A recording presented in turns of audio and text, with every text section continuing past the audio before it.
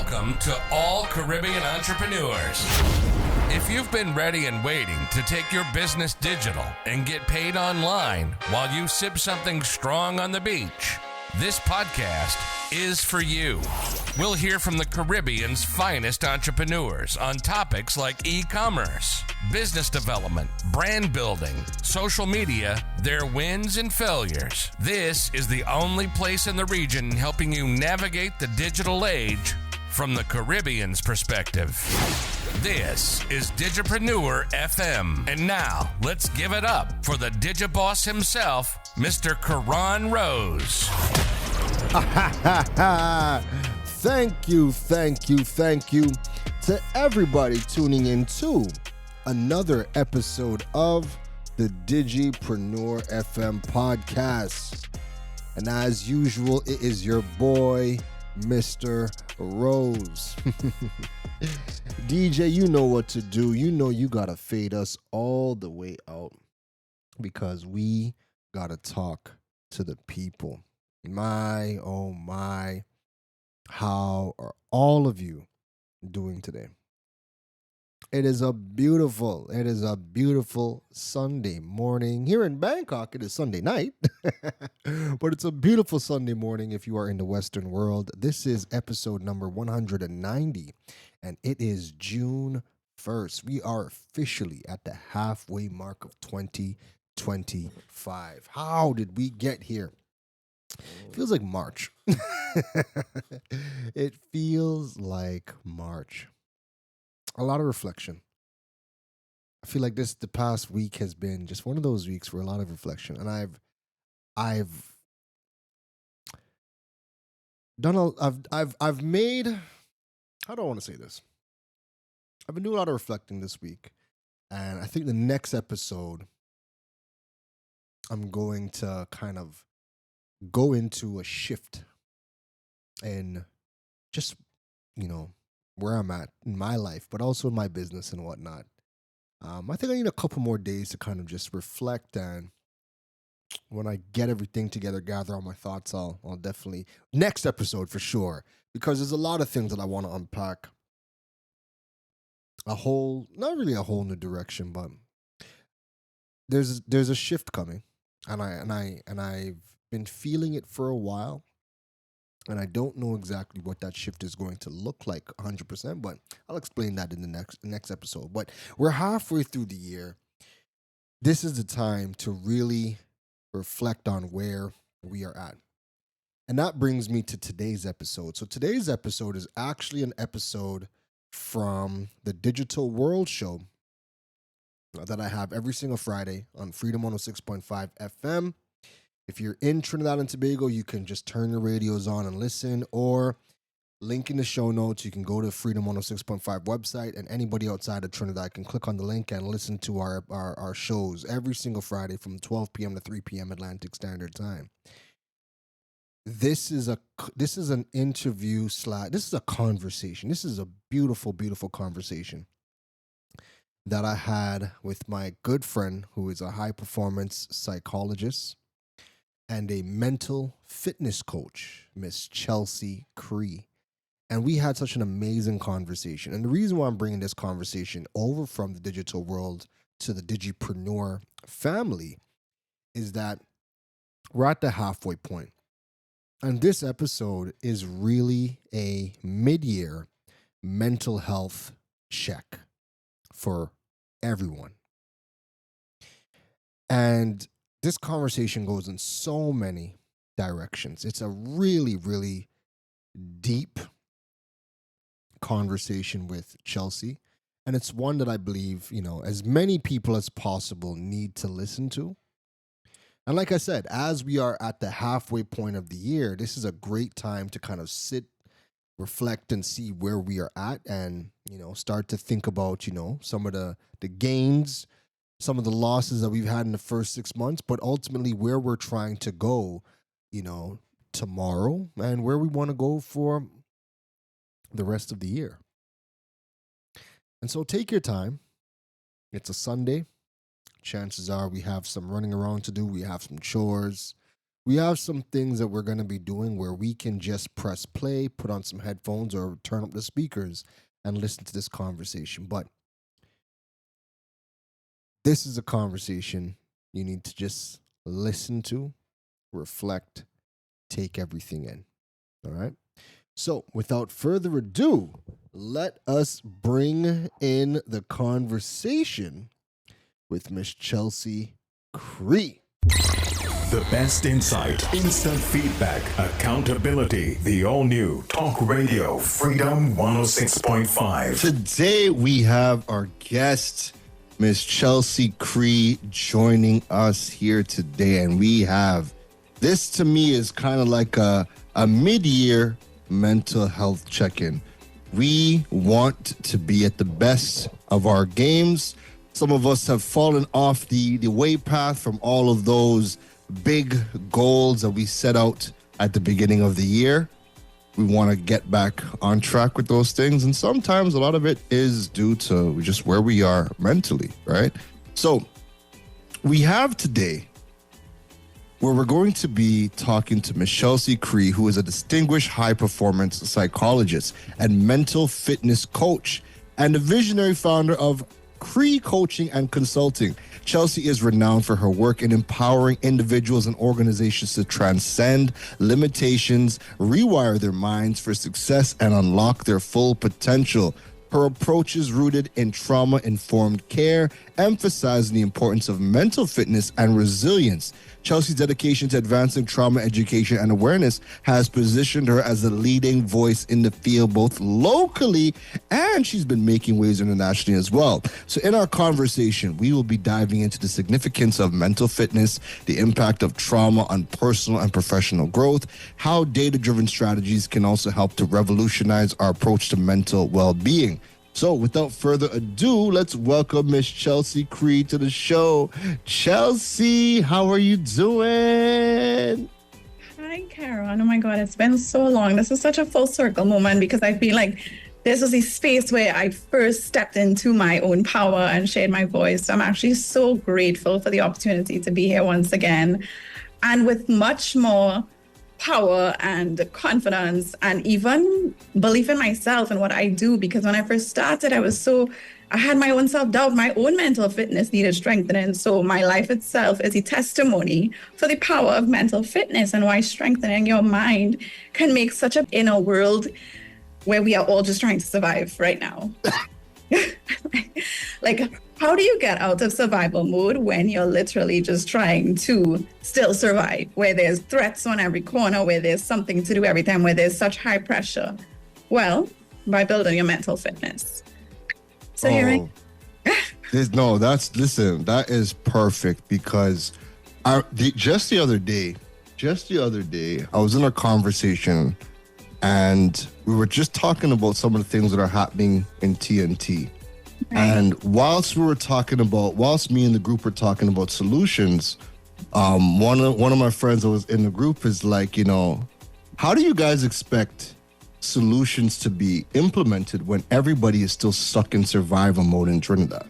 Exactly. When collectively we are still stuck, we're still trying to survive. Exactly. To even be, before we could even begin about implementing some of the things that you guys have been talking about. And that gave everybody in the room like some real, pause. Because you can't address anything until we get our mental fitness in check. Exactly. So I think it's perfect timing for this conversation. Yeah, because, mental health, everybody loves a good talk, a little mental health boost. But the truth is, the same way that you prioritize building the strength of your physical body, you have to build the strength of your brain, because our brains, based on evolution, our brains aren't wired for the level of stress that we are currently under. So it is our duty to actually consistently train our brains. It's not going and doing one thing, one intense transformation weekend, and then that's it. It's consistently a drop in a glass today is a full glass in a month, so every day doing things to actually strengthen your brain so that they have the power to be resilient. Because if we leave it up to chance, we're all going to struggle with mental health. We're all going to struggle with our mental health because we're not doing what we're supposed to do for our brains to actually be strong and to be able to thrive in a world like this that is so fast paced. I mean, even as an entrepreneur, how many things do we have to think about? We need to be robust powerhouses to drive this thing forward. And how is it that we put so much focus on technical skills and actually completely ignore the foundation that drives this thing home? Like, it doesn't, maths doesn't math. You know, it doesn't make any sense. It's like when people come to me and they self-diagnose, I'm like, are you eating properly? Are you giving your food? Are you actually giving your brain the fuel to perform?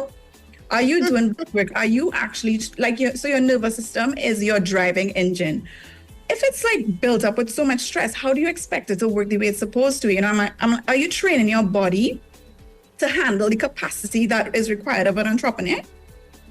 It's a lot of questions before we even reach to diagnosing yourself. I just have to ask, like, have you been training your brain to be strong and resilient and high performing, or are you just kind of winging it out here? You know? Ladies and gentlemen, we didn't even start and Chelsea's already just dropping some gems on us. We didn't even start yet. Good. But you know what?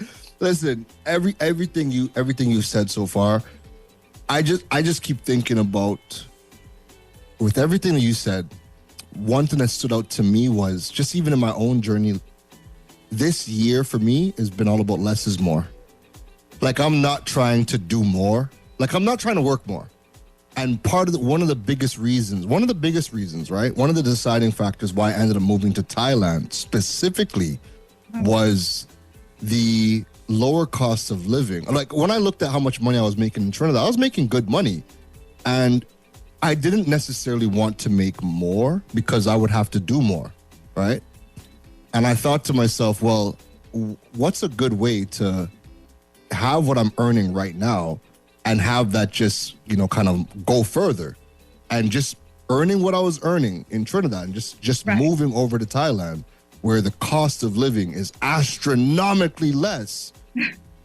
Now I don't have to do as much. So less has been so much more this year, where I don't have to work with more clients. I say no 99% of the time now. It's a no from me. It's just no. Right.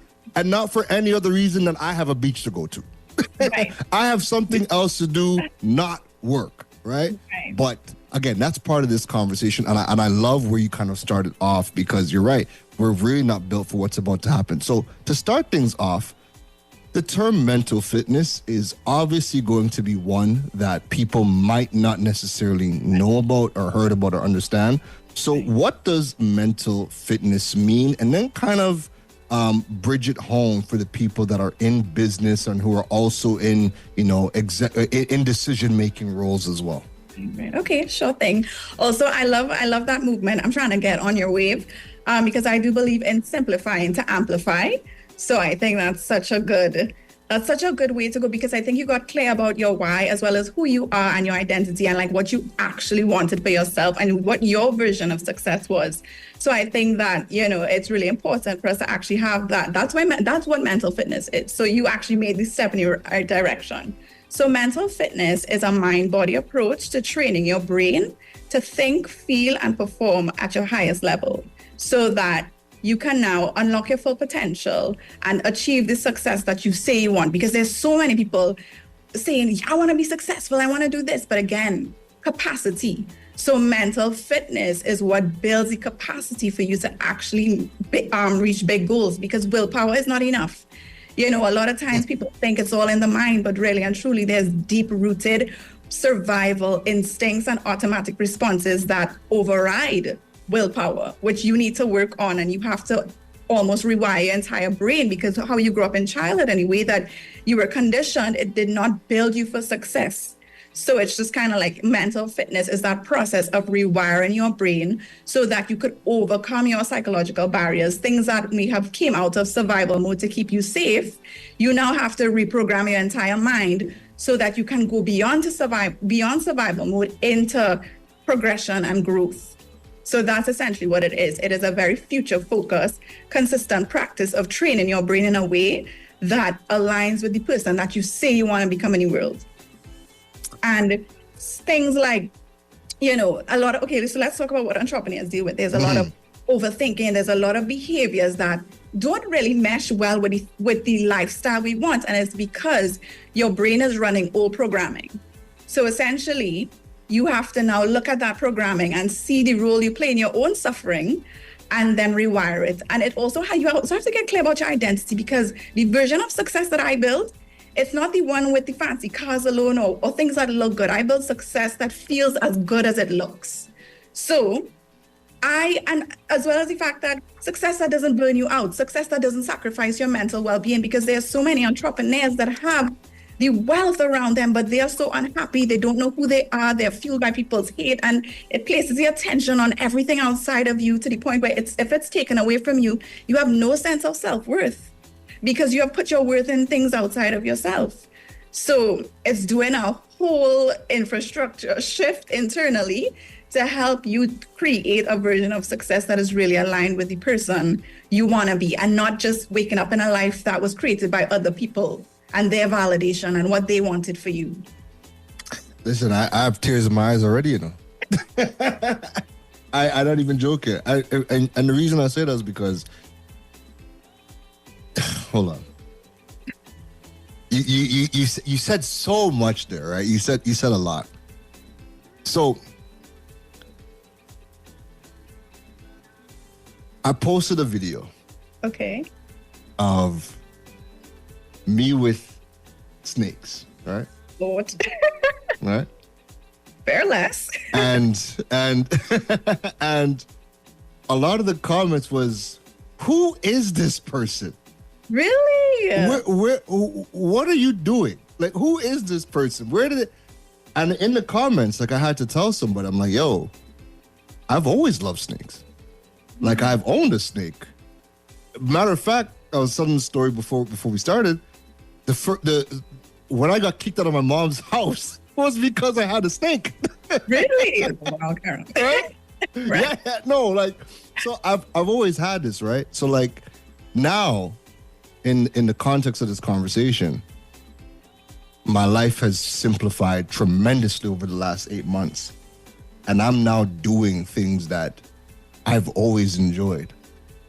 So when I saw going on this staycation and I'm seeing a venomous snake bark and I'm getting a private tour with things that I was studying in grade 1 and in kindergarten, where you're hearing about these king cobras, these black cobras, this poison, pit vipers, right? And you're like, you're studying these things. You're a young boy. You're fascinated by all these things, and at 38, I'm in a snake park by myself, like geeking out over snakes. So when people are like, you know, who is this? This is me as a child, having these childlike moments as an adult. And the fact that I can, you know, the fact that you've now created this life where you can do, where that inner child does come out and you get to do those things. Again, everything you just said, nail on the head the entire way, because I finally see it. Right. I'm seeing it. Right. You know You feel it. You feel the joy. You feel joy. it. Because let me tell you something. People want success, but a lot of times, not everyone, a lot of times people want the feelings that they think success will bring. And when they don't get it, they're just like, I was supposed to feel something, and then they chase another goal, or they go for something else because it's really something internally that they're running from. The very thing that you'll find in a partner or in a job or in fancy cars, fancy shoes, brands. It's a feeling you're after. And it's so powerful with mental fitness, learning that you can learn to cultivate those feelings even before you get into achieving and acquiring those things. So I'm just really happy to hear that, you know, your version of, you have made peace with your version of comfort, because other people might be like, you could be a millionaire. Go. I mean, you might be, but I'm just saying, you know, why are you playing with snakes when you could be grinding and, you know, hustle harder, and it's just kind of like that version of success may not be yours, and that's okay. Freedom is yours. We're on freedom right now. Yeah. I know. I love it. Now, mental fitness, is that different from mental health? Like, is there a distinction between the two? Not necessarily. So mental fitness is how you achieve optimal mental health. So it's the things you do to ensure that your mental health is steady and strong. So it's the things you practice so that as an entrepreneur, your mental health does not just collapse after you've scaled. Or you've taken on more, and then you're just like, what's going on? And it's like you did not build the capacity of your brain to be able to handle the next level of success. So now your mental health is struggling because you did not build your mental fitness for that level. You feel me? Oh, yes, I do. As Biggie Smalls once said, more money, more problems. I suppose. But then you also have to be mindful, because that could also block people where they believe that more money is more problems. So it actually blocks them from going to more money. So even the language that you use, this thing is real complex. You know, you have to just be so careful with the things you say, because your brain is always listening. So you have to be, a lot of people who, you know, grow up in homes where money don't grow on trees, they deal with a lot of scarcity blocks and things from, you know, speaking that over and over and rewiring their brain to believe that they have to operate from lack, you know, and then building mental fitness looks like rewiring their brain for abundance. So there's levels to this thing. No, that is dope. That being said, you know, why is mental fitness, you know, often neglected amongst the business owners and the people who are, you know, very career-driven people? Why do we neglect it? Well, I think historically there was not a lot of awareness around mental fitness. I think it's relatively new, even in Trinidad and Tobago, the culture, we're a culture of waiting for crisis mode. So a lot of mental health resources are mobilized when things are bad. Like, it's not necessarily like, hey, let's learn things in school so that we have great mental health. It's no, you have a problem, go see about it, get it diagnosed. And luckily, we have amazing therapists and psychologists now who are kind of understanding the importance of teaching the right coping skills. But for me, I'm such a proactive force that I'm trying to get there before mental health problems are the issue at hand. I'm trying to teach people, like, let's build hyper-performing brains from childhood so that by the time our children grow up, they don't have to waste time healing trauma, leaning into addictions, doing a lot of things that they would have not gone into if they just had the right emotional regulation skills and the right tools to cope. You know, a lot of people look and they judge this person doing this person doing that, but you have to go underneath it and be like, what is that person? What is the behavior for? Not what they're doing, more like, why are they choosing that behavior? What is the function of that behavior? Looking for love in the wrong places. It's just kind of like that is essentially a very way that we would have learned to survive. And it looks, the very things that work against us as adults were things that we learned as children as ways to cope and survive. So overthinking, impulsivity, these are things that kept us safe at one point in our lives. And now it's hard to break as adults because our brain is like, that's that thing that keeps you safe. So mental fitness has people have normalized other ways of coping with their mental health struggles, such as drinking alcohol, such as, you know, finding partners to fall in love with. Like, nothing is wrong with these things. I'm just saying is how you use it and what you use it for. Like, I'm not here to demonize drinking, but it's definitely a problem if as an entrepreneur, you cannot function or feel grounded and stable if you don't have a drink, or you can't make a decision. You can't face your fears. You know, you lean into these, you know, adaptive coping tools, and it actually kind of gets into the way of the success that you want again. Because now again, you're drinking, you think you have all these beautiful goals around you, but you feel empty. You don't feel good about yourself. You're getting lost in these short, cheap thrills that make you feel worse after.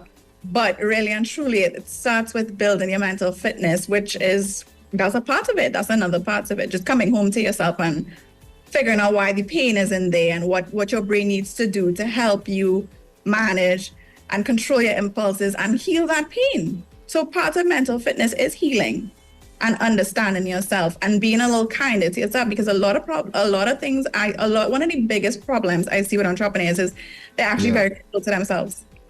They're really, really mean. The hardest critics. And it's just kind of like, people don't even realize that's a mental fitness skill. It's like someone criticized you so much growing up that you became your biggest bully. You internalized their voices and turned into your biggest bully. And you will never have good mental health if you have a bully living inside of your head 24/7. So even learning how to have compassion for yourself is a mental fitness skill, because a lot of people weren't given that gift growing up. They only were given love when they performed or when they did something. So they learned that their worth was tied to performance, which is why they isolate and they punish themselves when they're not doing something productive. So it's just so many the reasons why I guess mental fitness isn't prioritized, because I don't think people fully understand what it is. And I've made it my mission to actually work on my ability to communicate it in a way that people can really connect with it. Because yes, I want to work with high performers, and yes, I want to work with people who want to unlock their potential, but I also want people to know that this is a tool that anybody could use to feel better about themselves in this world and to wake up feeling happy to be here instead of just feeling lost, empty, disconnected, anxious. Mental fitness is a tool, is a missing link, So no, that's huge. And I mean, we all feel it. We just don't know how to put a name to it. We don't know what to call it. So we don't know how to formally go about creating a strategy to kind of overcome it. But nonetheless, we are all feeling it. We're all feeling those effects. So for the people that are in the business community, they're running organizations, what are the consequences of our leaders, especially those in the business community, because we spend the majority of our time at work, right? What are some of the consequences when our leaders are not prioritizing their mental fitness? How does that show up at work? Just so that people could kind of understand some of the things. Because again, they're at work, just a place we spend the most time at. And most people don't always feel good at their jobs, but they just don't know why. Right. So what are some of the consequences? How does it show up as business leaders? Everything for mental health related. So you name it: anxiety, numbness, self-disconnection, emotional volatility. So a lot of times in leadership spaces, you see a leader who is so the strategic thinker. He's a chess player, but every time he is potentially criticized or he perceives that there is a threat to his power, he turns into that 10-year-old boy who shouts at people and think that it's okay. When really and truly, that is not really the qualities of a true business person, and it communicates that they can't control their emotions. This very reactive, rude, disrespectful, that's not the qualities of true leadership. So when you don't build your mental fitness, you show up as a leader that is extremely sensitive to criticism, that thrives on making people feel small. You also need certain things to cope with, because internally, something is wrong. You might wear a brave face, but internally, you feel empty. There's just so many things. You struggle with depression because something is not being met. So you perform at work and then you go home and you drink or you lean into other activities that give you other activities. A lot of people. We're seeing that on display. We're seeing that on display right now.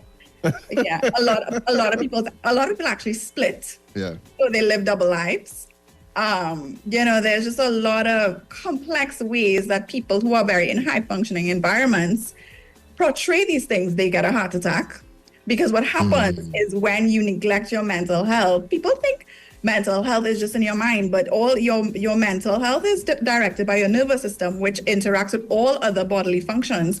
So when you do not manage your stress and there's all that stress in your body, you actually increase your rate of developing chronic illnesses and getting heart attacks, diabetes, cardiovascular issues, because your body's not designed to operate with emotion that way. We're designed to express. So when you repress and you suppress and you do, which is part of mental fitness, and you don't manage your emotions effectively, you take a toll on your physical health. That's why people also have pains, migraines. It's just a bunch of unexplained physical symptoms, exhaustion, but they burn out. And then they get to a point where they're not even connected to their empathy anymore. They're almost like robots. So there are just so many ways that your lack of mental fitness shows up. And again, like you said, people don't really know how to express it or using language to really tell people what's going on. And we also exist in cultures where you tell people you should share how you feel, and then you say in bread, why are you crying on the internet? It's a lot of confusion and messaging. And our brain's top goal, our brains don't really care if we're happy or not. Our brains just want to keep us safe, even if it looks like doing the very things that harm us. But it's what's familiar. So your brain doesn't like to create new pathways. It's a lot of resistance. It'd rather just give you the thing that you've been doing to cope. rather than like really pushing you to, heal and to make the hard choices. It's kind of like at the gym. When you first go, it's like, this is the worst, Oh, yeah. Until you get stronger and you're like, yeah, I'm strong. It's the same as your brain. Sometimes it gets worse before it gets better. People will go, therapy or coaching a few times and be like, this is not working. It's like, would you go to the gym and like lift 10 weights and you're not like Man of Steel the next weekend and say it's not working? No. Like consistency is the name of the game for brain rewiring, So we see how it shows up negatively when leaders aren't prioritizing. What does healthy leadership look like, though? Because I feel like a lot of the conversations that we have across the Caribbean, it's more on the negative side and how it's showing up, right? Right. But what does healthy leadership look like? Healthy leadership looks like great mental health. It looks like strong sense of purpose.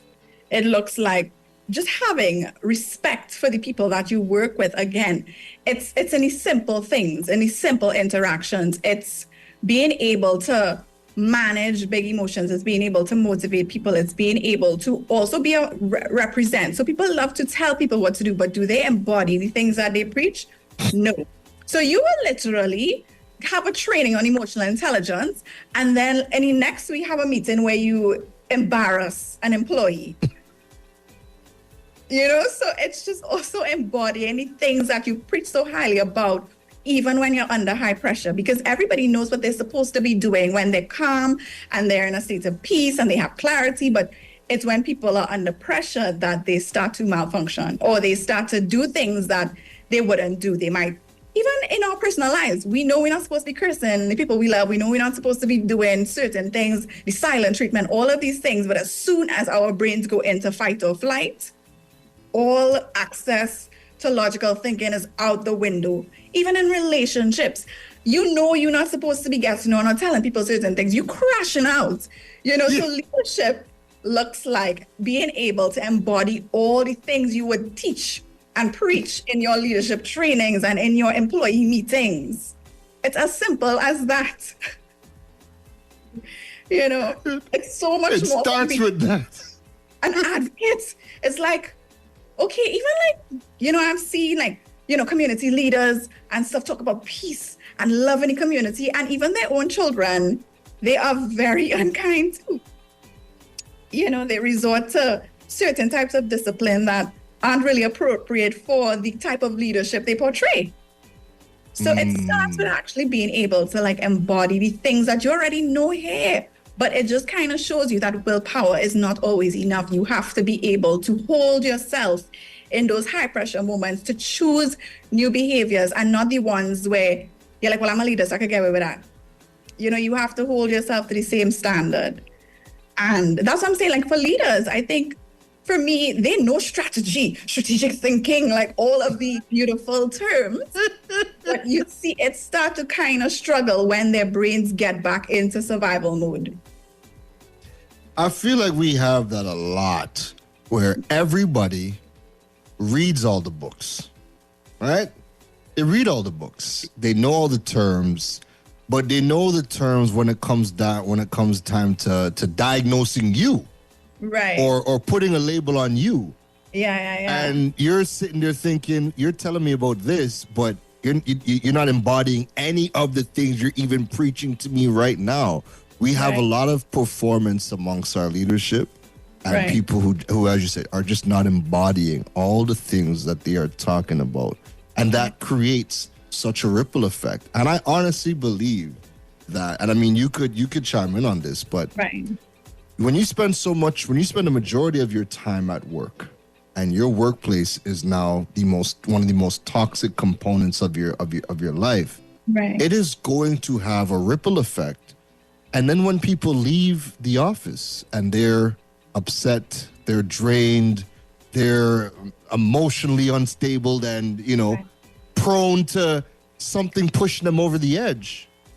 And then you start looking around to seeing, what's happening in our society. Why are we crashing out A person could eat somebody's gyro in the fridge and crash out and grab the gun and shoot the person. It had nothing to do with the gyro. Right. It's then nervous system capacity again. It's just the straw that breaks the camel's back. So just kind of explore with us, the ripple effects from that top down and how it kind of starts to play out in the wider society. Well, like you said, that's just what happens. It's like a lot of leaders spend time preaching these great things, but really and truly, if you don't deal with your own inner mental infrastructure, people are going to watch you teach this and not feel safe with you because what you're saying doesn't match what you're doing. And it creates a disconnect with the ability to actually create a culture of psychological safety where you feel safe speaking up. Because there's another problem people have, which is like, you will look at somebody else and judge them so harshly. But when you do it, it's, well, I didn't really mean to. Or you have so much compassion towards your own mistakes. But with others, it's like you're ready to just rip their heads off or judge them so harshly. Or, talks like, I'm not trying to get into the cast. Actually, let's not even go there, right? But I've just seen the situations where we look at people, we judge them so harshly. We say the worst things, but then there's like an internal disconnect because these are things that you're also doing. So when you are in a role where you're in front of people, that's blowing up 10 times because you're a leader. You have a bigger responsibility than the average person.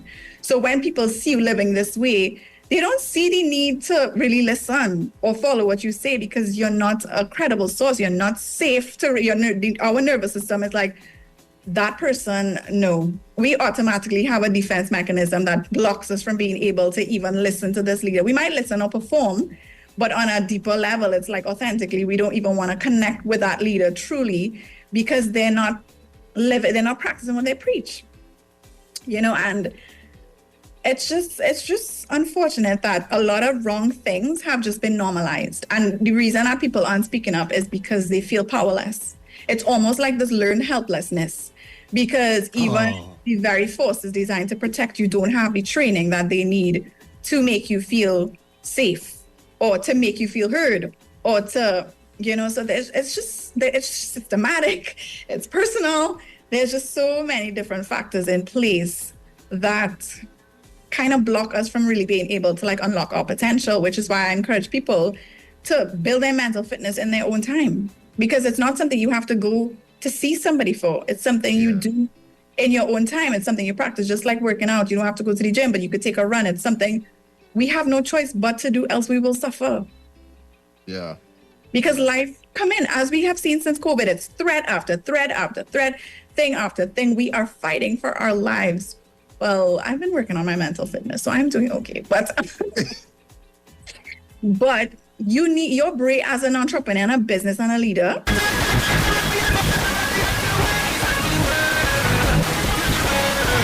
Everything around you crumble. And another thing too is like we're so normalized being so unhealthy. And it is no measure of health to be well adjusted to a society that's kind of sick.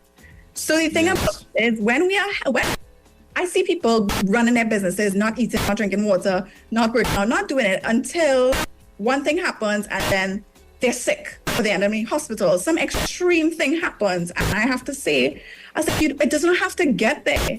If you take care of yourself and do what you're supposed to do, you would not get sick. And, when we're healthy, we have a million problems. But when we're sick, we have one problem: to get better. So, it's like people are like, no, I need to make this money out of hustle. But I'm like, you're going to spend that money back in healthcare if you don't take care of yourself. Guaranteed. You're going to pay the price at some point. So, why put yourself in that position? If you're such a long game player, if you're a chess player, all these things, deal with yourself accordingly. Play long game with yourself. Do the things you need to do to run a sustainable business. Because capacity is a big thing. If you scale in and you go into the next level and you do not have the mental capacity to take on your responsibilities, you'll crumble. You'll burn out.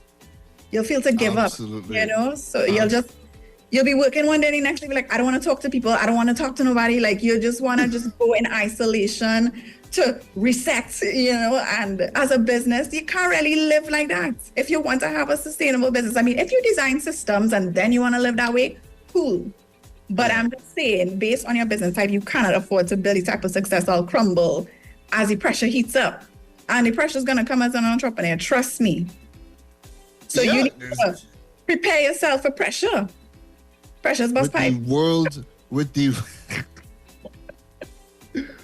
the world of external factors that are weighing in, there's always going to be threats, and everything impacts you one which way or the next. It could be something as simple as Zuckerberg deciding to raise the prices on ads.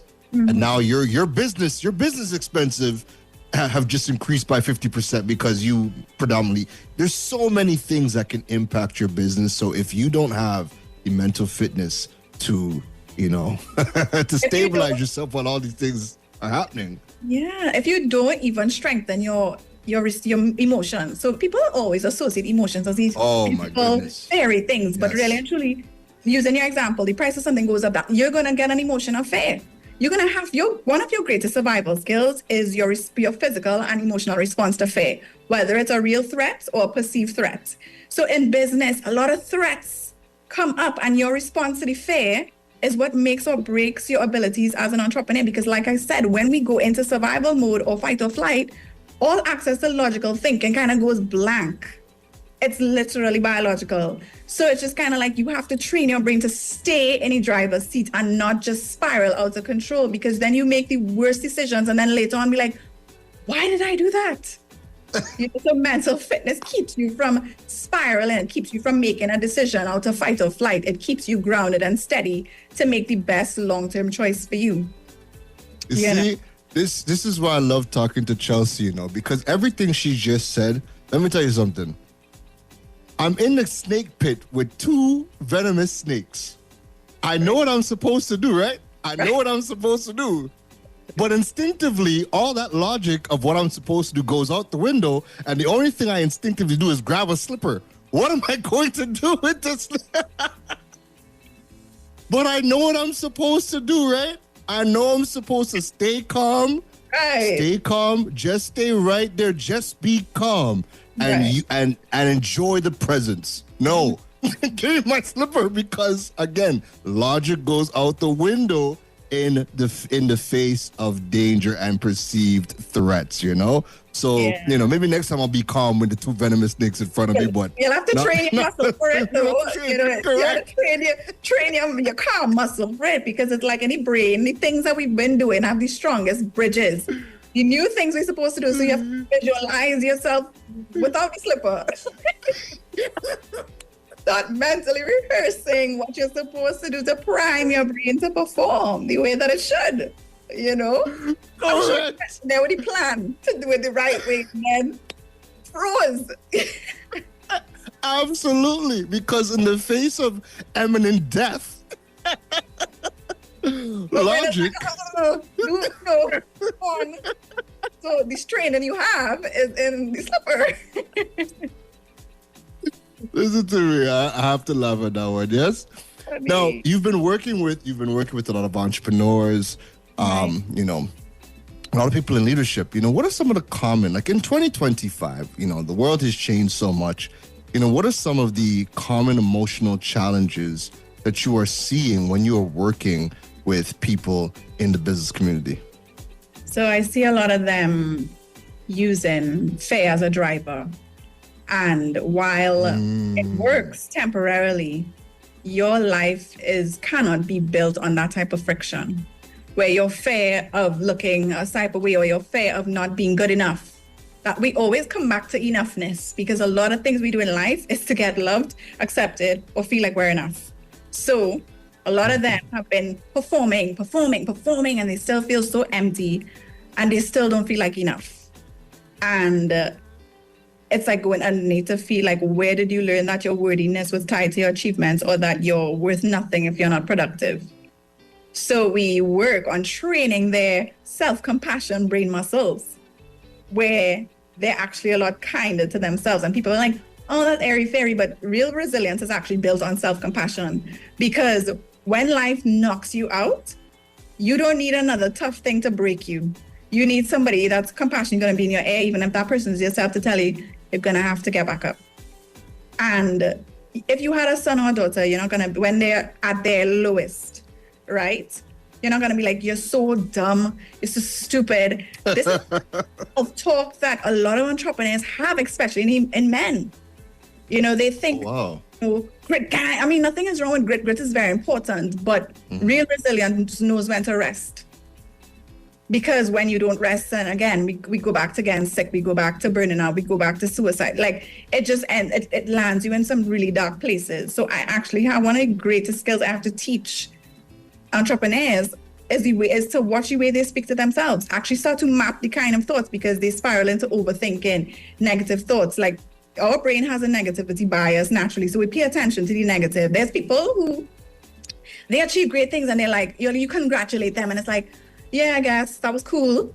But then they fail and it's like, oh my God, the world is ending. It's like, help me understand. It's like, you achieved another goal, oh my God. Meh. But if they don't hit the goal, their life is ending. They can't function. It's the worst. They can't go outside. You know, so it's helping them kind of become like, it's meta awareness. So become aware of their own patterns and start like mapping it logically. Like, how does this make sense? You know, and they kind of connect to, wow, that really doesn't make much sense, you know? Yeah. And another thing too is even like, you know, chasing empty success. So for me, I believe direction is more important than speed, right? You need to know where you want to go. Else you will be pacing yourself, going, and end up in a destination that's somewhere you never even wanted to go in the first place. So it's also going, and a lot of times our identity drives our behavior. So beyond the behaviors that people are doing, I go to the identity of the person and I'm like, who are you? A lot of times people don't even know who they are outside of what they're doing in their career. And they don't know their values or the things that they value. So, you know, a lot of times people kind of grow up with their parents wanting things for them or always seeking external validation or other people's opinions, and they have no self-trust. They don't trust themselves to make decisions. You know, I see that being a big problem, and it's like training them to learn to trust yourself, learn to go with your gut, learn to tap into like your instincts as well. I mean, nothing is wrong with seeking knowledge, but there comes a point in your life where you have to have a very strong relationship with yourself. Yes. And another thing I see is cognitive rigidity. So that's just a fancy word for basically stuck in a fixed mindset. So it's just like, I'm this, I'm that. And I'm like, okay, but where's the proof? They're like, well, true. But still, there's nothing. And it's just kind of like, I understand assessing factors and all that, but you have to have a growth mindset in this life. Like, the times are always changing. If something worked before, that's fine, but it ain't working now. So you're going to have to update your mental maps to find something that works. You have to stay agile. You have to adapt, else your business will fall behind. You know, and people, this is a great thing I've learned. Like, we always say, never give up, never give up. Yeah, don't give up. But sometimes one of the smartest things you can give up and pivot. Know when. So you have to kind of know, you have to keep your brain very flexible. And, you know, flexibility, it could bend and it doesn't break. So that's why, like, it's so important for us to be mentally flexible, because we live in a situation that is not static. It's always changing. It's a very dynamic landscape. And you have to adjust if you want to be successful as an entrepreneur. Things that may have worked before COVID may not work after. In terms of AI, since we're doing that today too, apparently, things are changing, systems are changing. So you, as an entrepreneur with a business that has a different model, you're going to have to adapt. You can't let the fear of it consume you to the point where you spiral and you just freeze. You have to stay ready and be like, okay, this is what's happening. This is what I need to do. You know, instead of giving in to the fear of what's going to happen. Like, yes, it's okay to observe it, but don't let it consume you, because you need your mind to be very sharp as an entrepreneur. Now, culturally, sorry, I cut you off. No, I was going to say, culturally, one of the things that, you know, especially on a program like Digital World, where all we're ever talking about is forward movement, forward thinking things, right? Innovation, right? And every week we're always told, nah, we don't want that, or we don't need that. No, we like things, we like it as it is, right? Right. And, you know, Keron, you're trying to push too far, right? How do we, so Caribbean-wide, not just in TNT, but Caribbean-wide, we have kind of just gotten to a place, we like it here, and we want to keep it here, right? We don't want to go back, we don't want to move forward, we want to stay right here. how do we start to condition people to start getting into that growth mindset that would allow them to stay flexible with the times? Because I'll hear things like, old age or people not tech savvy within the context of tech.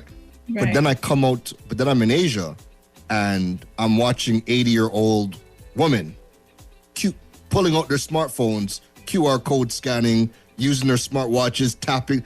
So no, I'm watching all the old people doing all the things that they say we can't do because we're not tech savvy in the Caribbean. How do we start building that capacity to get that growth mind? Because it's a big one, but it's a challenge so big and so important that because we don't have that growth mindset collectively, and we'd like to just kind of stay right there, it's what do they say? Culture beats strategy every single day. Culture's beating strategy bad across the Caribbean. So how do we start to kind of get people into that frame of mind? I keep it quite honest, just generally. And the thing is, this has been one of my hardest fights. Because as somebody who understands the implications of ignoring mental fitness, I see it being the root of many problems we face. And, it's been me actually trying to create my own strategy right now to bring this into schools, bring this into organizations, bring it into just different social spaces, because we will really fail in certain contexts if we don't work on our mental fitness. And when we're coming from the end of people struggling with their mental health more, and I'm like, okay, we could come from that end, but let's take it before we even get there. Let's actually start to mobilize resources into helping people understand their mind, because I still feel like we don't even have much areas designed for understanding the mind. There's a lot of space for body and physical health, and mental health is still relatively new. I mean, it's been around a while, but in terms of coming to the forefront, a lot of times, like, people were still, even when a few years ago, people like, oh, use the thing for the mad people, them. It's still little jokes where people equal mental health equals St. Anne's, or mental health equals something is wrong with you. So people don't even like to look at themselves because they can't deal with the shame of something being wrong with them. So it comes from a lot of shame, even in family structures where it's like, you're not supposed to talk about what's wrong with you. You're not supposed to air your business. It's just so many complex levels of things from so many different avenues of the world. And it's like an interplay of all of these things. But from where I stand, for me, it's just educating people to know that, like, suffering isn't really normal. Because I feel like that's we've normalized that. There's a collective that we have normalized. So, like, even me sometimes, that when something as hard is happening to me, I go, so the badness go. So the badness go. So I have to also check in with myself to see, like, where I've also there's just so much crisis in the world too. We've also become desensitized from global suffering. Our suffering, we're just almost in autopilot. And we have disconnected from the deeper parts of ourselves, and where some of us are fine with being in our performative states. But I tell you, this fight it's not for the weak. I'm trying to build my own mental fitness to take it on, because I love my country, and I feel like Trinidad and Tobago has so much potential, but we just don't know how to tap in. And I'm like, hey, I'm here, I can show you. But being just a girl and transitioning my identity to being a true powerhouse leader, I have also been rewiring my brain, as well, to figure out a lot of these problems as well. I am still in my process. So to say that I have the answer and I know everything, there's still so much I have to learn and understand about the culture. But I am trying to get to a point where I now find the ways to apply mental fitness and be like, okay, this works, this doesn't work. I'm still in my testing and my trial and error phase, but I bet you I'm going to figure it out. No, listen, you're absolutely right. I think you've kind of outlined one of the biggest challenges that so many of us have. Many of us, right? So many of us have had the opportunities to go to school. Many of us have gone to school abroad, been able to see how things are done in other different countries, for better or for worse. And that's given you some great ideas. Even when it was bad situations you were living in, you were like, hey, I've learned something from this I can now take and bring back to Trinidad. And then as soon as we come back and you're trying to, same thing like you said, hey, we have a way forward to kind of move the needle, but then you're met with so much collective resistance that building that mental fitness to withstand everything that comes with it as a change maker in TNT is a battle that if your back was never broad before. I'm in warrior training right now, okay? Yeah. I am training for the battlefield. I'll say that. It's a lot. It's like, nah, it's okay. Like, why not building mental fitness and help people become more resilient, high performing? Nah, it's okay. Like, okay. And it's the same thing when I tell people like, hey, you know, we have a lot of limitations in the Caribbean business wise because a lot of these solutions that we use on a day to day are not made in the Caribbean. So something as simple as social media. There's no social media platform in the Caribbean, so it's limited. So even in saying, hey guys, we don't get access to all the things that allow businesses to thrive on social media in other countries. Right. We are going to need things like websites, these other things to put in place in order to have that level of experience. And it really is the same thing response. Yeah, okay. Okay. That sounds great. Anyway. That is a great idea. So anyway. But the great ideas, and this is the challenge, the great ideas always force people to look at themselves, look at their skill sets, and have to be honest to say either A, I'm not equipped to even do that vision or execute that vision that you're trying to give us. I don't have those skill sets, but I would like to learn and get to that point. But what happens a lot is, and what happens most times are, okay, your vision is cool, but I don't have those skills, so we're not doing it. Agree. And that's just it. They just don't even value it. So, for example, I've learned in a lot of organizations as well, there's a disconnect between millennials as well as the generation before. So there's a clash in the way that people think, because some people in the organizations like, we should do this, man, and others are like, no, we never did it like that before, so we're not doing it. So it's even, there's their own tension within organizations where new style thinking and old style thinking are running it up, and companies have no choice now but to be like, something has to happen because everything is now split in half with the types of thinking. So I'm kind of happy for that, because I think a lot of people in the generations to come, they are movers and shakers, trailblazers, like they're learning, they're getting themselves educated, and they're the ones now taking up positions of power. And it's going to take some time, but I think there's a lot of hope, because I just feel like even within organizations, they're like making certain, room to have the conversation versus where before, where it's like, just shut it down. Yeah, it's like, we don't need those things. I think people are actually realizing, thank God for, I'm not saying thank God for COVID, definitely not thank God. But I think that COVID opened a lot of people's eyes around the importance of taking care of their mind, because their most powerful workforce weren't giving them the results that they were looking for anymore. And they realized the technical skills are not enough anymore. We gotta care. We gotta care now.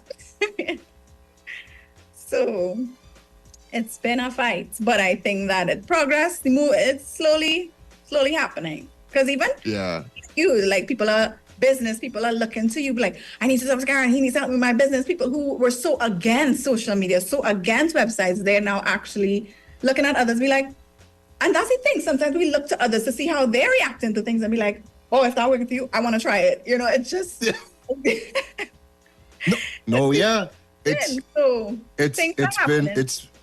it's happening slowly but surely. And I think as we start getting more examples of people creating businesses or living the lives that we want, and we can now see that it actually is attainable. It's definitely opening. It's definitely. I think honestly, the conversations with the people, like I have, since I've moved here, I've met people in government. I've met people in some of our institutions, and they have come out here and we've met. We just don't, take pictures and fanfare. But right.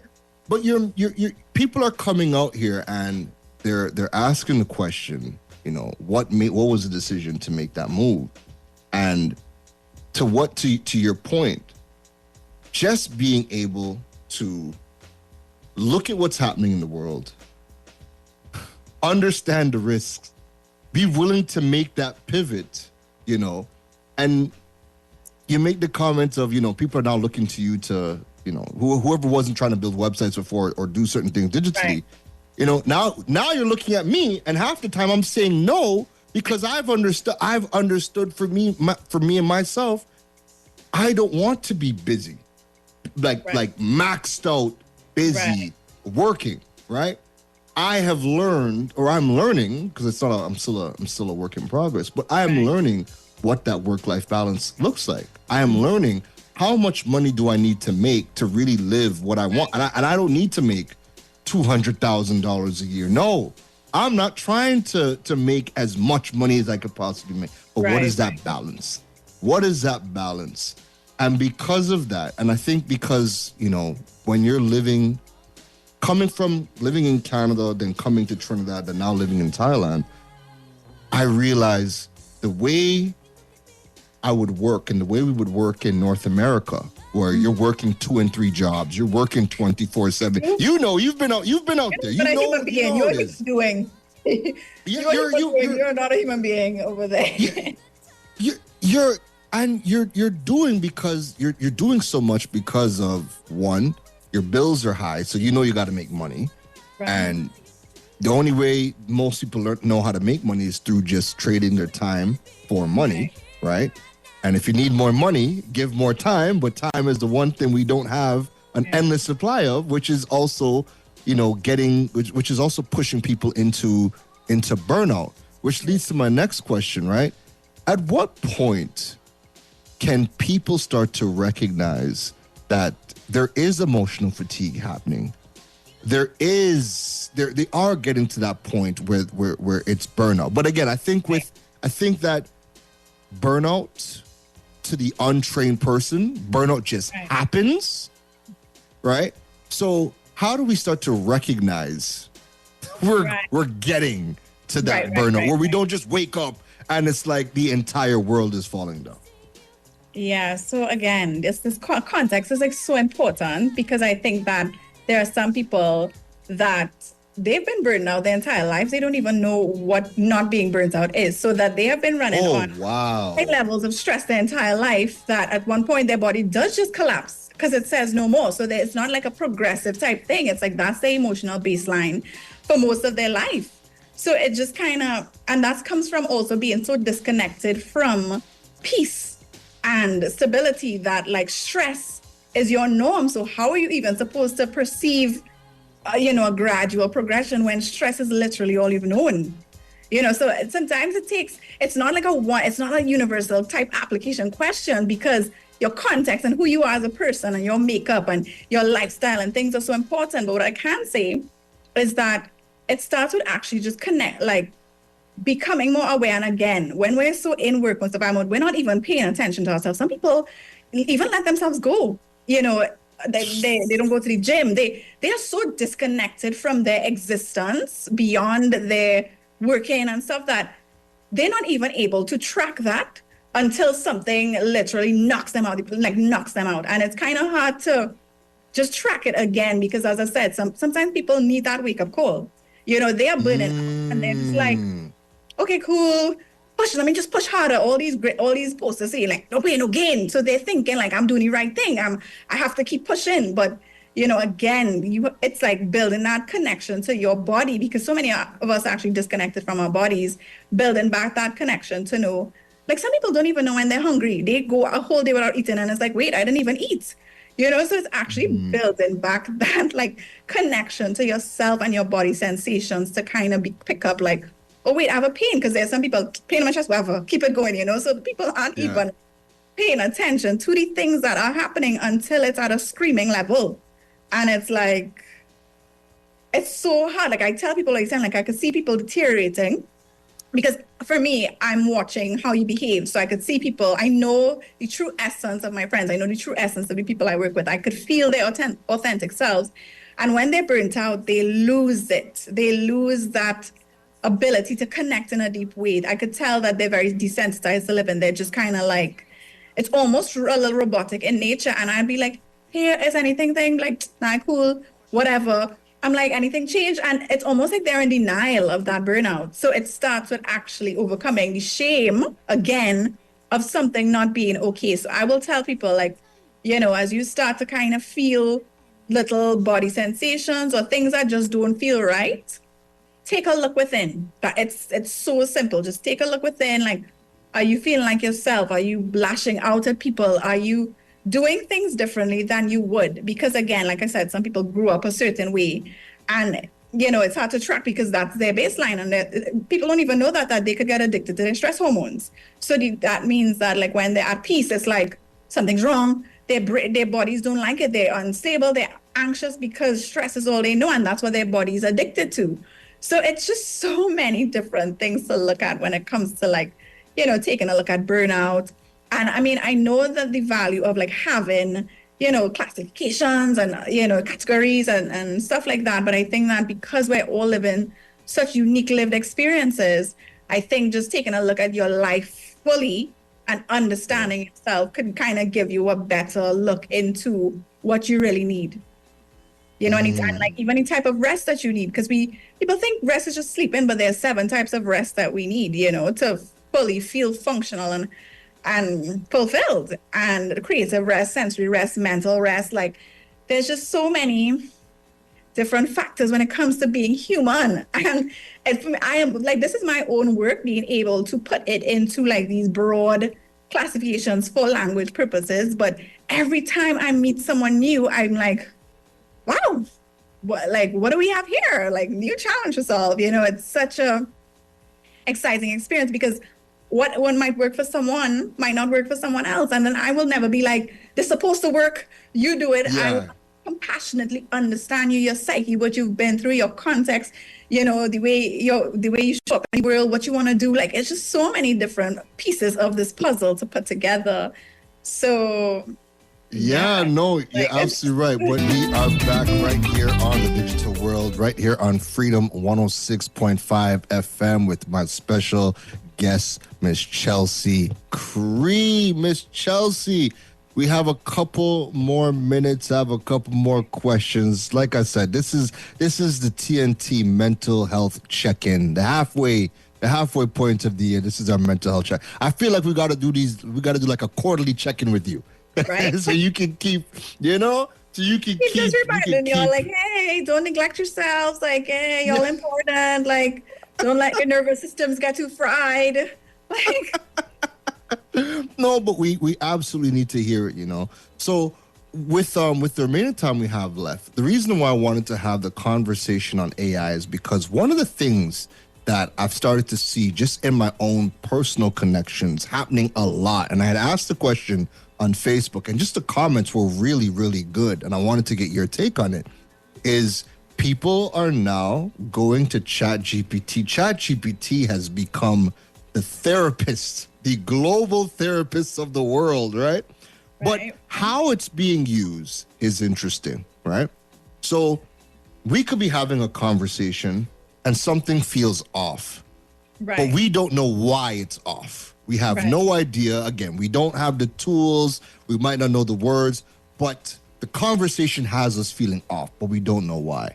What people have started to do now is take a screenshot or copy and paste the entire conversation, throw it into ChatGPT and ask ChatGPT, hey, I want you to act as a psychologist or act as a therapist and take a look at this thread or this chain of conversation, and I want you to kind of break down what is happening. And then people are now able to now ask questions and interact with the information and get a third parties, right? I'm using air quotes for the people who are, you know, not watching live stream, but using it as a third party to kind of break down what is happening. And I think why it has, this use of ChatGPT has blown up over the past couple of months is the information has been, and the breakdown has been astounding, right? With AI, how is AI able to kind of help people, at least even if it's in a temporarily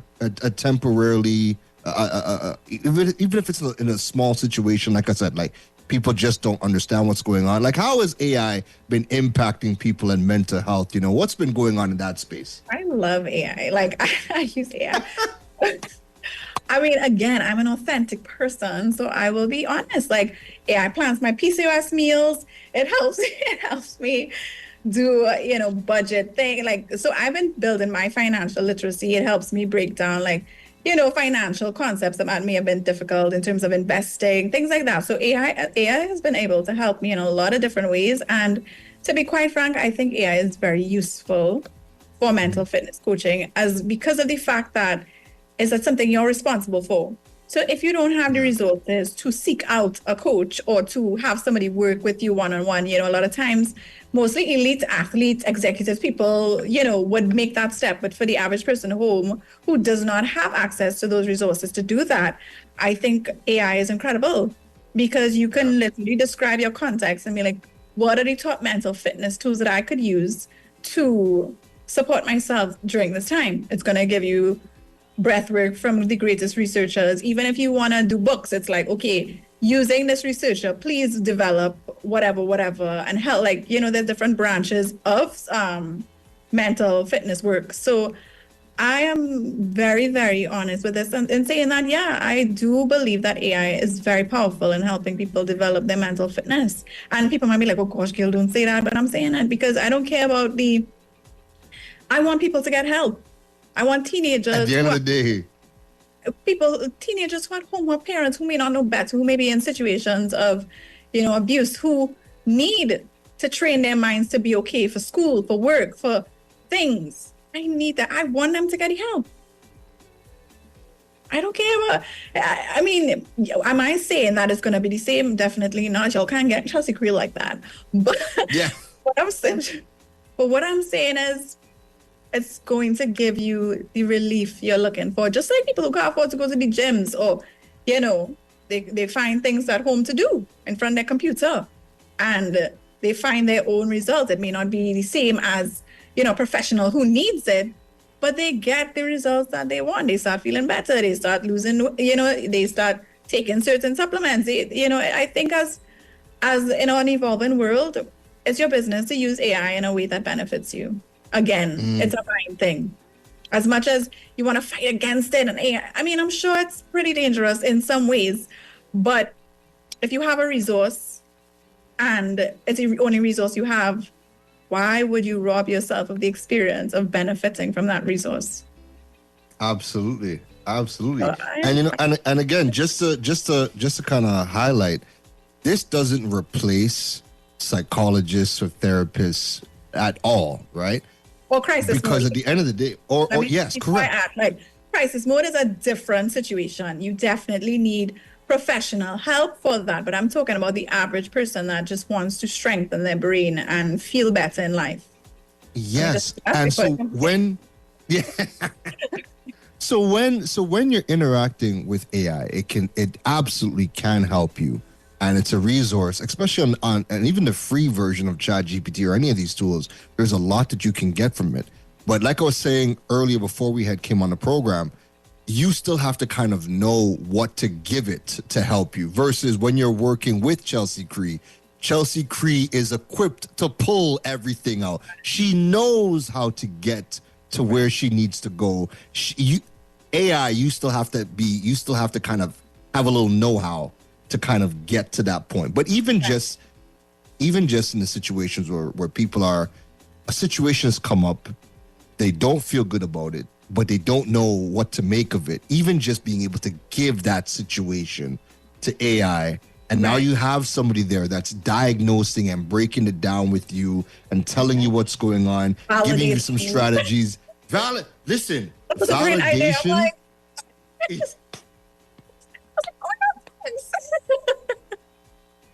I think from even the conversations that I've had, to your point of validation, I think that's a huge thing, right?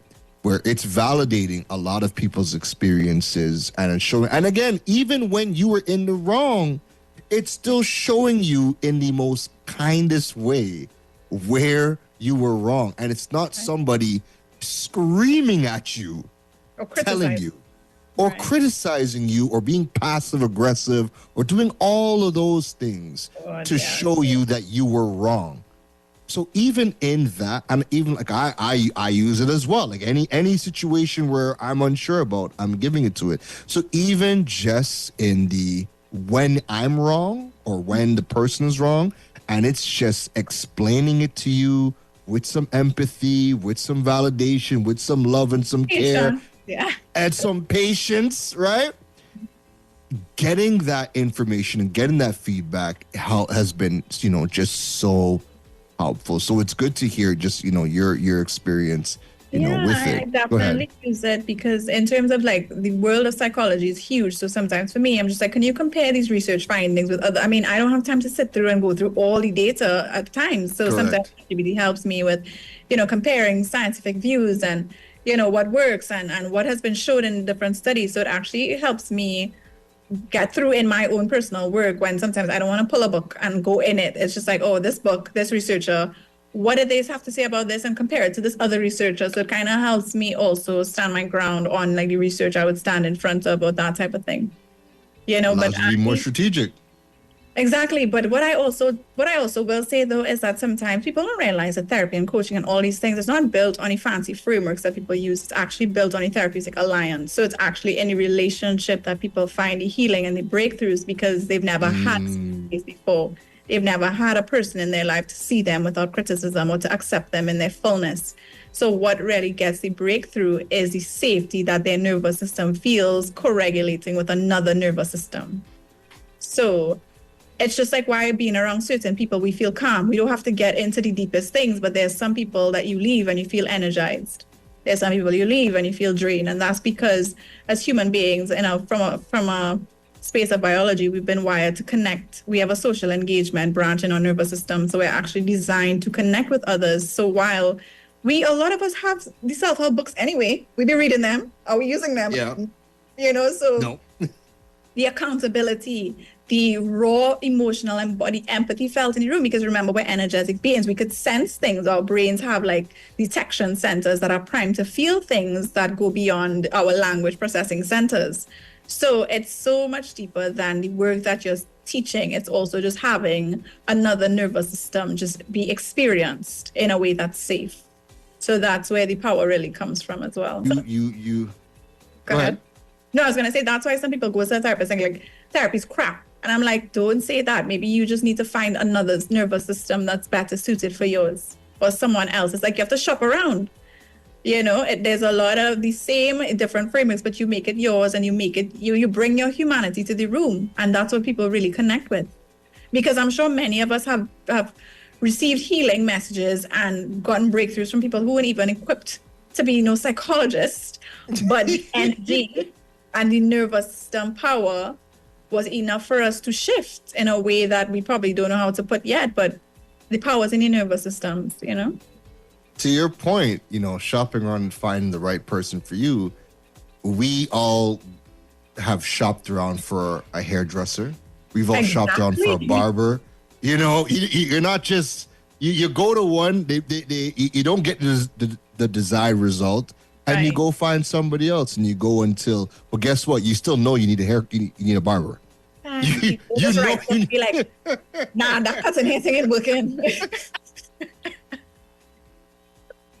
Because even when you grow rats, you're still going by somebody to wash your hair, neaten it up. You still have to go and find somebody even to do that.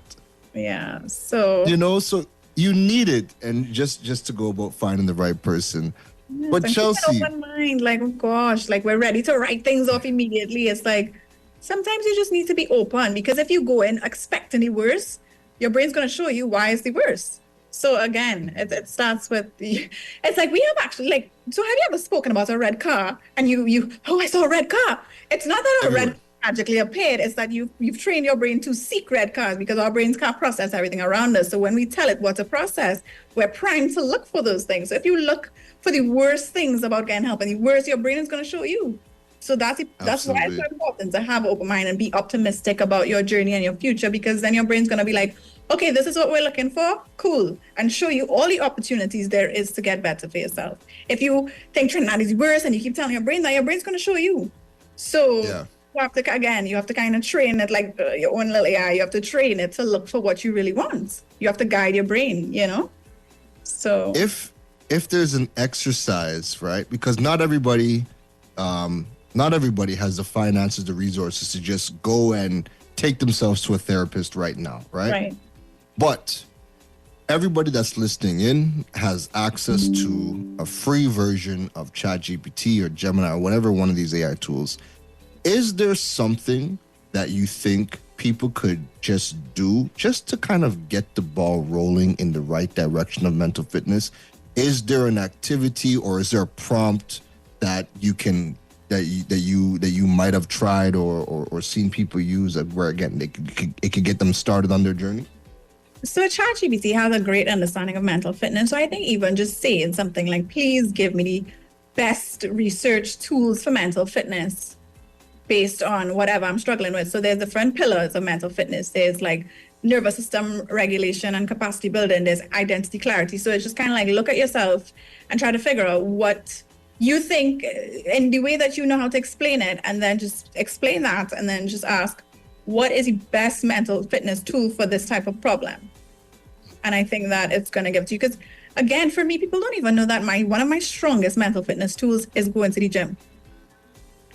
People somehow don't connect exercise with the mind, but people need to also understand that your nervous system governs the way that your mind works. So like if you're stressed, think about it. Traffic at the beginning of the day, you had the best breakfast, you connected with somebody you love, somebody give you a bad drive. It's like, oh, really? Come on. At the end of the day, deadline, you got fired. Think.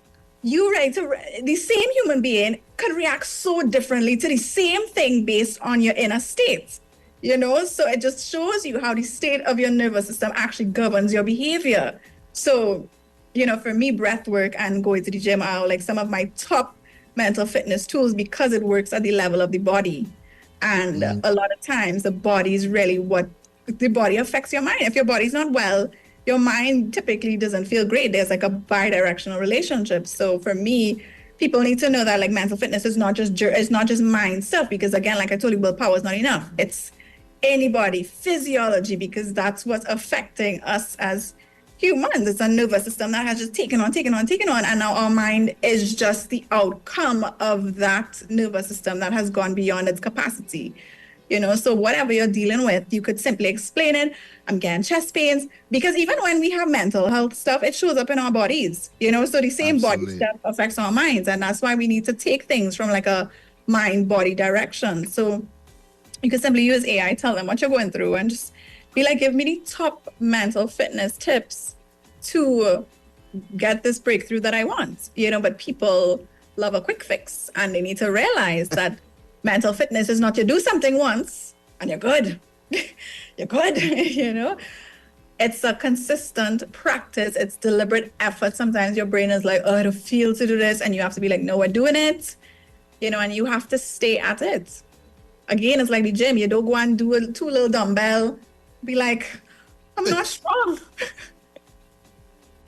And as you said, your body knows, right? And there's a famous book, The Body Keeps a Score. Your body stores all these experiences, and it shows up, and it shows up in ways that we might not realize it. So for example, right? Funny story, but not funny story. There was a day. Yeah. let me make room. No, it's not bad. It's not bad. Okay. But you will understand where I'm coming from, right? Right. This is the first time in my life. I'm 38. This is the first time in my life where I've gone 8 months and never heard a gunshot. Oh. Right? This is the first time, right? So it's not a Trinidad thing. This is also Toronto. Right. This is everything, right? First time in my life I've gone 8 months and never heard a gunshot. So there was a day where I was laying in bed, right? It's like 12 o'clock, like it's nighttime. I'm laying in bed and I heard fireworks. Now, understand that I have not heard a gunshot in 8 months. Right. This firework had my heart racing because I was like, holy crap. Like, that's how my body felt. My body felt Right. like, holy crap, duck, what is going on? Where are these gunshots coming from? And then it took me like, 15, 20 seconds to kind of realize it's a firework. You're Right. safe. Calm the hell down because your heart's just racing. Your body knows. Your body does keep the score, and it shows up even in little situations like that. Yeah, your body senses things faster than your logical brain because we have like the emotional brain that's there to like sense danger in our environment, and sometimes it gets, if you're in stress or trauma, that's stuck on. So even when you're like trying to do something, you might randomly actually get your heart starts racing. It's like, what's going on? Like, sometimes it's like your body has its own threat detection system that's working in a different way to your mind, and mental fitness also kind of gets those two in sync, So, like I said, this thing, human beings are so complex, but that's why even just the manner in which you deal with yourself. So, like, I start with self-compassion. I say, this thing is not for the weak, but it's worth doing. And the best thing you could do on this journey of building your mental fitness is just being the supportive friend you always needed in your life. Just being a true friend to yourself. Some of us aren't really kind to ourselves. We get more mad at the people where, and this is not everybody. Sometimes people in relationships and people are treating them horribly and they're so upset with these people. I'm like, but you're treating yourself worse. And they're like, well, and it's like we put the pressure of so many other people to do things for us that we're not even willing to do for ourselves. Why is that? We put this pressure. The accountability. Respect me. It's like, but do you respect you? Like, are you sure? Is that reflected in the way that you treat with yourself? You're being so kind to everybody. I'm such a kind person. It's not that honorable when you're not kind to yourself. Mm. It's not that great. Chelsea, we have taken up, TNT has gotten some additional time from you, and you've given us a lot to think about. Yeah. What is your closing message to TNT when it comes to mental fitness as we approach the halfway point of 2025? It's crazy just even saying the halfway point. I just want to say you're worth it. All this effort it takes in retraining your mind and stuff, like you're totally worth it as a human being. Do it for yourself. Yeah, it's really simple. Like, back to self-love again. If you love yourself, then work on your mental fitness. But TNT, thank you so much for having me. I really enjoyed being here. This thing, even as a high-performance psychologist, there are days where, I struggle, and part of being, I read something and it was like, I'll share something personal really quickly. Mm-hmm. I feel terrible. I feel like I'm failing as a coach when I have days that aren't great. I'm a mental fitness coach. Like, why am I should be good. I should be optimized. I should be ready, and then I had to realize that I'm a messy human teaching other people to be okay with being messy humans, because none of us are perfect. And in the ability to hold room for my emotions, because no amount of insight or knowledge will take away the realities we have as human beings going through different emotions. No emotions are good or bad. They just exist as signals to ensure that we show up in the world in the best way possible. So I need you to say that one more time. That's a word. I forgot. Oh my God.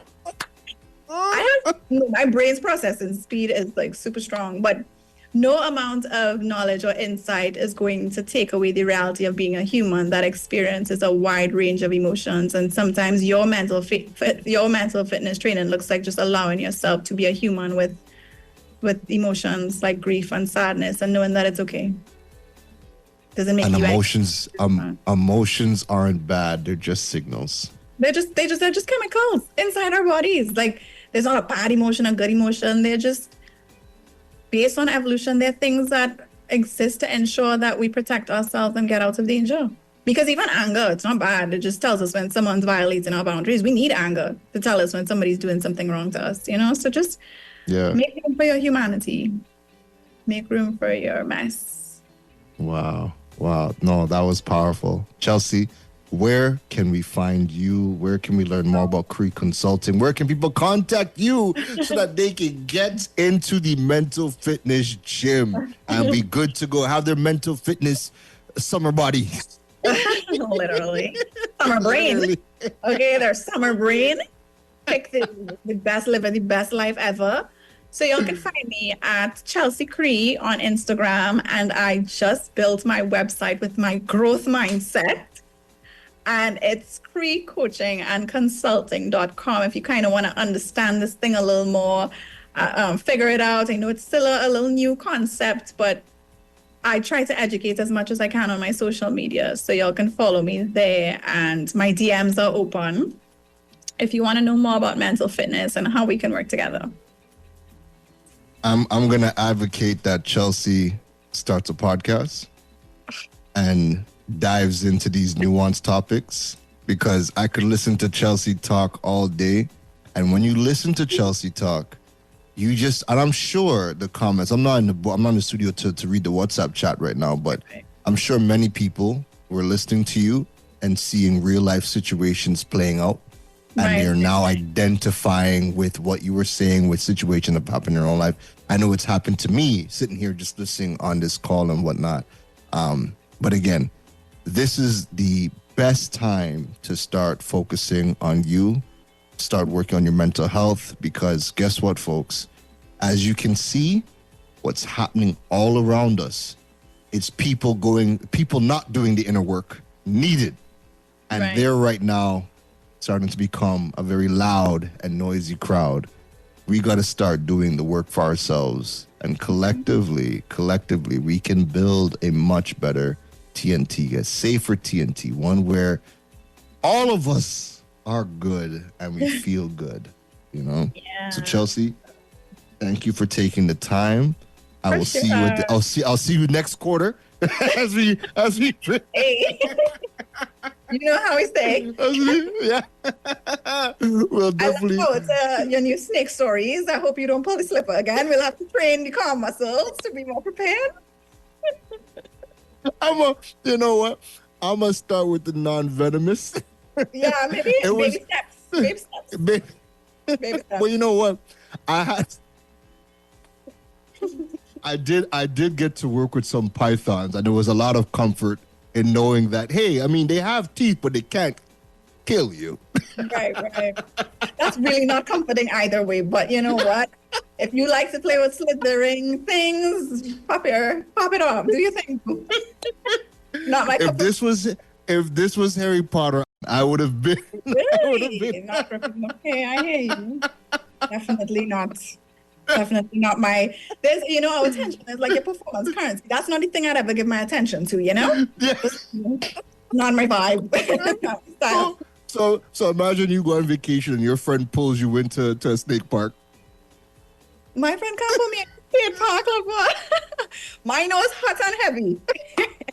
I'm really good at saying no. Trust me. Chelsea, always a pleasure every time we get to connect. Thank you. Have an amazing day. TNT is Mental Health Month, but every month is Mental Health Month, okay? Take care of yourselves. And I love it. Be kind to each other. Bye. The best insight, instant feedback, accountability. The all-new Talk Radio Freedom 106.5.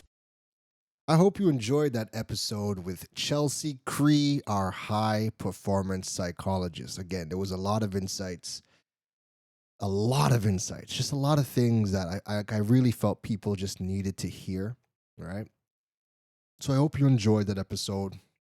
Check in the show notes. You could see all of Chelsea Cree's handles, so you can go check her out. And if you do need support from Chelsea, she's more than... that's what she's here for. So reach out to her and you guys can organize your sessions with Chelsea. If you enjoyed today's episode, don't forget to comment, to drop your comments. Spotify allows you to comment on the episodes now. So does YouTube and Apple Podcasts. So drop your comments, drop your reviews. All of these things continue to help grow the podcast all over the world. If you want to learn more about building your digital presence and monetizing your platforms, don't forget to follow me at KeronRose.com. If you want to stay up to date with the podcast, digipreneur.fm is the website, and I'm at all social media platforms at KeronRosc. Enjoy the rest of your beautiful Sunday. And again, I hope you really enjoyed this conversation. I hope this conversation was something that you needed to hear today at this point in your life. All right. See y'all in the next one. Take care. You've been listening to the Digiboss, Keron Rose.